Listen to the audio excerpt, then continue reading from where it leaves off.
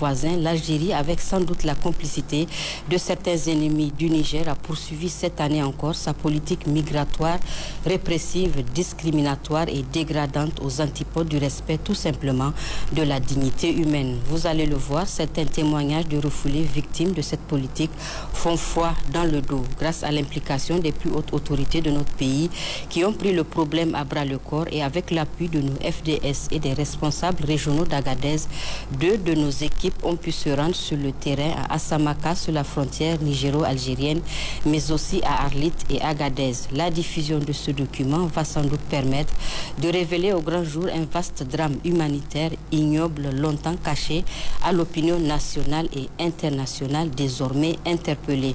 Je vous propose de suivre en exclusivité ce document exceptionnel.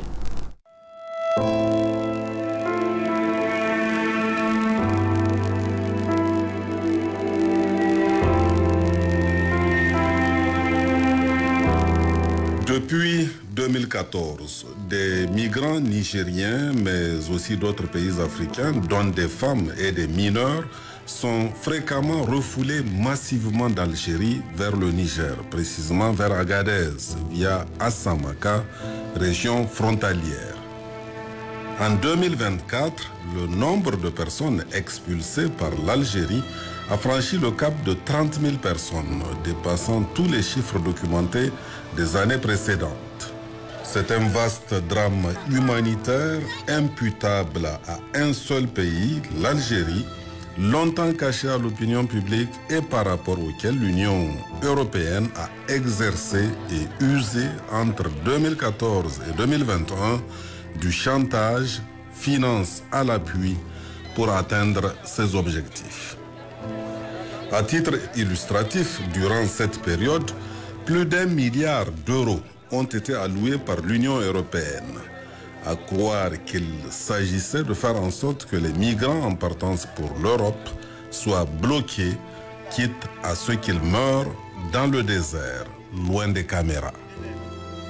Une grande partie des migrants en partance pour l'Europe qui veulent traverser la Libye et la Méditerranée passaient, en tout cas de manière très massive, par le Niger. Et donc on a déversé des centaines de millions d'euros, 1 milliard d'euros entre 2014 et 2020 sur le Niger pour qu'il bloque les migrants au Niger, quitte à ce que ces migrants se perdent dans le désert, meurent dans le désert, mais au moins ils mourraient loin de la caméra et loin des rivages européens.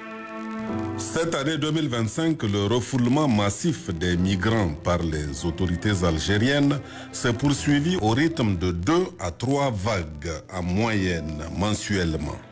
Mais à partir du mois d'avril, les expulsions se sont accentuées avec 2 à 3 vagues chaque semaine.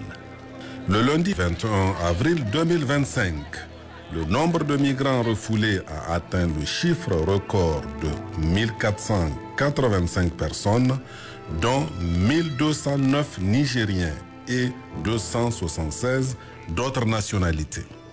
Ces migrants sont enregistrés au commissariat spécial d'Assamaka, localité frontalière.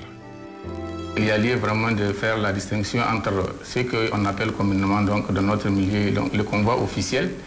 Donc ceux qui sont vraiment des Nigériens qui quittent directement Tamaracet en passant par Assamaka avant de continuer leur chemin sur Arlit et Agadez.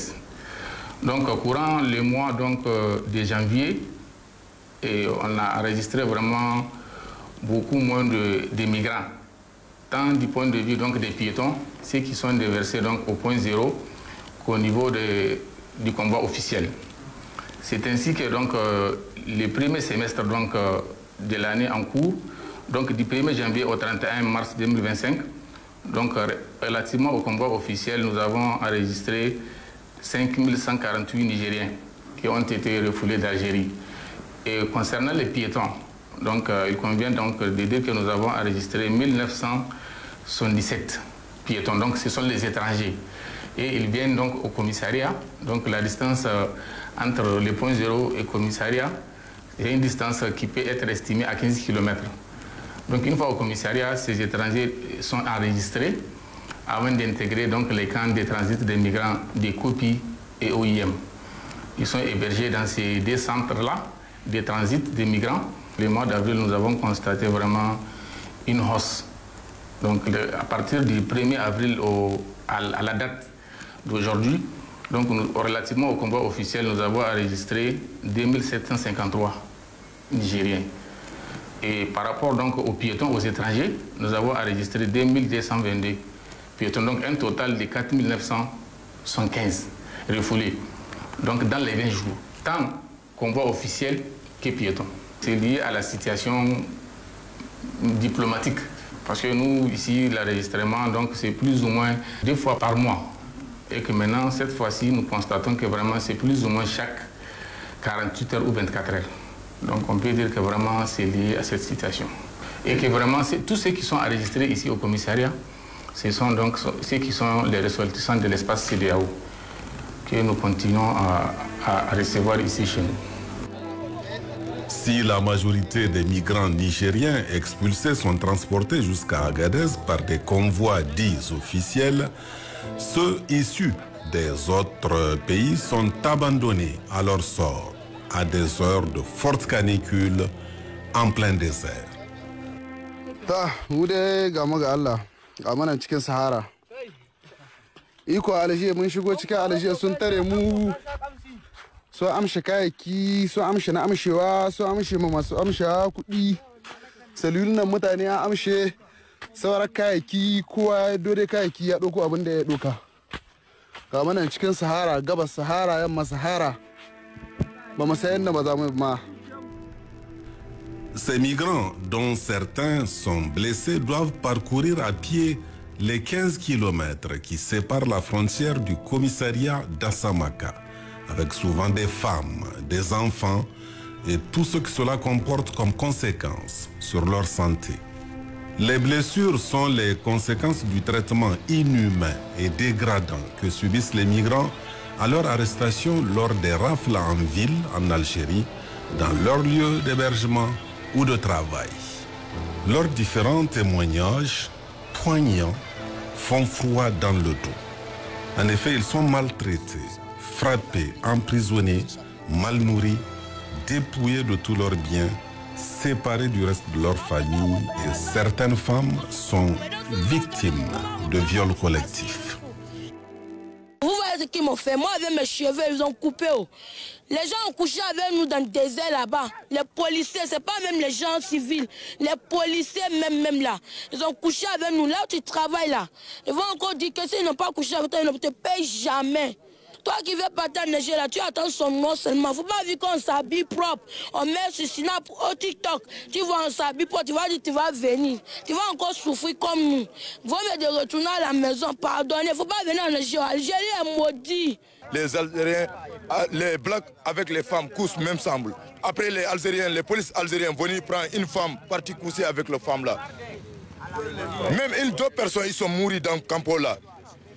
Nous, on est Blacks, on a appelé les policiers pour amener le corps là, pour amener dans le cimetière là. Ils ont dit non. Le corps là, il va coucher là-bas. Le corps là, il est couché là-bas 2 jours. Est-ce que ça c'est bon? Ça c'est pas bon. On est souffert là-bas beaucoup même. En noro kan ago irma jirai do 1000 dina ago mai gida do to hano kan hene aka ani irbana il to ka fata bore kulgubam ko jinai de ga police mota e kaga kai eniddi ay madam go fora ifuro en violé vraiment ils sont en train de prendre pour garder ma femme. Eux, ils sont en train de me taper bien propre. Voilà mon chose. On m'a tapé propre. Voilà le deuxième encore. Voilà le deuxième encore. Troisième, je n'ai qu'à quitter à côté de ma femme. Et on a fait comme ça. On m'a mis dans le voiture pour me faire partir. Je ne sais pas là où ma femme elle est. J'avais une carte consulaire. Ils ont dit que le carte consulaire, que ça ne fonctionne pas. Alors c'est dans leur pays qu'ils ont pris le carte consulaire là. Ils m'ont refoulé. En me refoulant encore, comme il y a des gens dans le bus qui font des bagarres un peu, ils ont tous frappé avec des matraques. C'est pour cela moi j'ai subi ça. Nous on a voulu maintenant sauter pour s'échapper parce que pour ne pas mourir dedans. Les Algériens ils traitent mal les gens, ils traitent mal même les gens, comme des animaux. Les Maliens, les Burkinabés, les Niger. Non, ils Il n'y a pas... je ne sais pas comment vous le dire, quoi. Ils sont tellement fatigués là-bas, à l'air, là. Les Maliens, les Burkinabés, les Nigériens, ils sont tellement fatigués là-bas. Nous, là, il y avait 10 personnes qui sont rentrées sur nous, en Algérie là-bas. Et puis aussi, quand tu es Nigérien, quand tu es un Burkinabé, on te maltraite. Il n'y a pas de négociation dedans. Moi, il y avait beaucoup de choses qui là-bas, j'ai perdu là-bas. Il y avait même Aoussa qui était à côté de moi, c'est un frère. Il est disparu, je ne sais même pas qu'il est parti où. Komi ba su bar mana ba. Kudin mu da dukiyoyin mu da wayoyin mu wallahi sun kwaci. Ba abin da na tsira da shi sai raina sai wanga an tukuna guda biyu kana ganin shi. On nous a pris nous a mis en prison. Et prison pas à la justice. Et dit qu'on a libéré, il ne faut plus qu'on va reprendre. On nous a mis en prison là-bas. On ne mange pas. Presque une semaine, on mange une fois par jour. On mange du coup demain midi. Souvent quand les gars viennent d'abord, on vous frappe. On va vous donner manger. Wallahi ngai labora dai ni shi bayir muka. Wallahi. Shimo dai no. Borgo gu goro ni mambay mat kango gete ni mambay hay ku kango te ni midi maka imini di. Ay mina haubanda hay kango ni ga imata imakari midi bonandi ma hay kulu. Ba ngoro lo chfan yi shirwa. On n'est pas venu pour passer notre temps en Algérie ici. Vous voyez, il y a de nos compatriotes qui sont morts. Ils ne considèrent même pas, ils nous tirent dessus, on dirait des animaux. On a essayé de traverser pour tout faire pour quitter le pays, ça n'a pas marché. Voilà, il nous prend pour rapatriement pour nous ramener aussi, il nous enferme. Un être humain a droit à manger 24 heures, un demi-pain. On n'a rien à faire, il nous frappe pour nous donner à manger. Il nous traite toutes des choses pour nous faire donner un petit à manger. Moi, c'est les militaires algériens qui m'ont attrapé avec leurs fusils. Parce que j'ai couru à 200 mètres, j'ai arrêté parce qu'il avait des fusils. J'ai risqué qu'ils me tirent et je me suis arrêté. Ils m'ont attrapé, ils m'ont fouillé, ils m'ont pris mon argent, ils ont pris mes 2 téléphones, ils ont parti avec. Ils nous ont traversé dans cette pick-up-là en tant que militaire. Ils nous ont ramené au poste de Rigan. Là-bas, on nous a enregistrés et faire tout ce qu'ils pouvaient faire de nous. Ils nous ont transformés pour nous mettre dans la prison de Rigan. Lorsqu'on est resté là-bas, c'est autre chose. Personne ne peut imaginer. Nous sommes au 3e millénaire. Un être humain vit dans ces conditions-là. Il frappe les gens, il maltraite les gens, surtout à Tamaracet. Il frappe les gens, normal. Là-bas encore, il n'y a pas de manger. Là, on couche, là, c'est vraiment sale. Il pisse, il y a d'autres qui font le caca. Nous, on mange ici, il y a d'autres qui font le caca ici. C'est là-bas qu'on dort encore. On te frappe bien.